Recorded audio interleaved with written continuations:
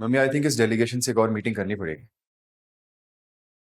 Meeting तो होती रहेगी, लेकिन मुझे तो फहद की माँ पर हैरत हो रही है।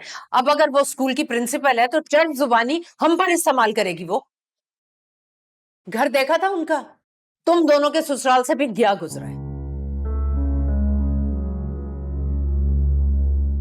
फरी वहां कैसे रहेगी, ये सोच सोच कर पागल हो रही हूं मैं। मुझे तो खुद समझ में नहीं आया वो लोग।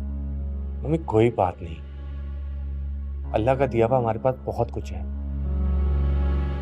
हम फरी को एक फर्निश घर दे देंगे। मुझे तो ऐसा लगता है इसी उम्मीद पर उस लड़के ने फरी को वर्गलाया।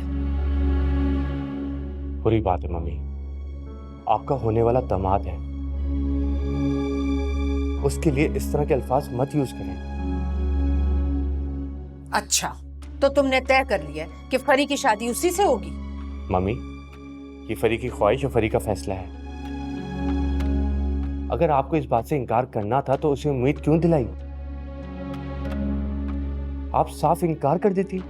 अरे बगैर परखे मैं फैसला कैसे कर सकती थी, लेकिन अब मैं ये शादी नहीं होने दूंगी। सुना तुमने?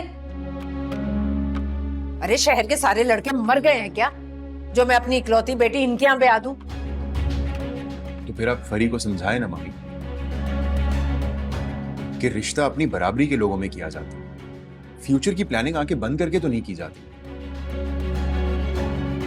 तुम दोनों ने अपने रिश्ते जोड़ते वक्त ये सोचा था शादियां करके बैठ के बस बहन को शय मिल गई।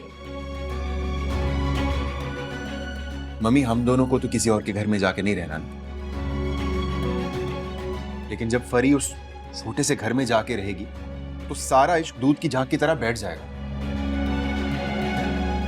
जैसे एमएल से शादी करने के बाद तुम्हारा इश्क हवा में उड़ गया है ना? ऐसी बात नहीं है मम्मी, आपके दबाव और औलाद की ख्वाहिश की वजह से आयमा से शादी का फैसला किया था मैंने। और अगर ख्वाहिश पूरी ना हो तो मैं ये फैसला वापस भी ले सकता हूँ। मम्मी वैसे मैं एक बात सोच रहा था, क्या फहद के घर वालों को पता है कि शहरयार की दूसरी शादी हो चुकी है और पहली बीवी अपने मायके जाके बैठी हुई है? हमें उनसे इतने मरासिम बढ़ाने की जरूरत ही क्या है? बताने की क्या जरूरत है उन्हें? जैसा आपको ठीक लगे।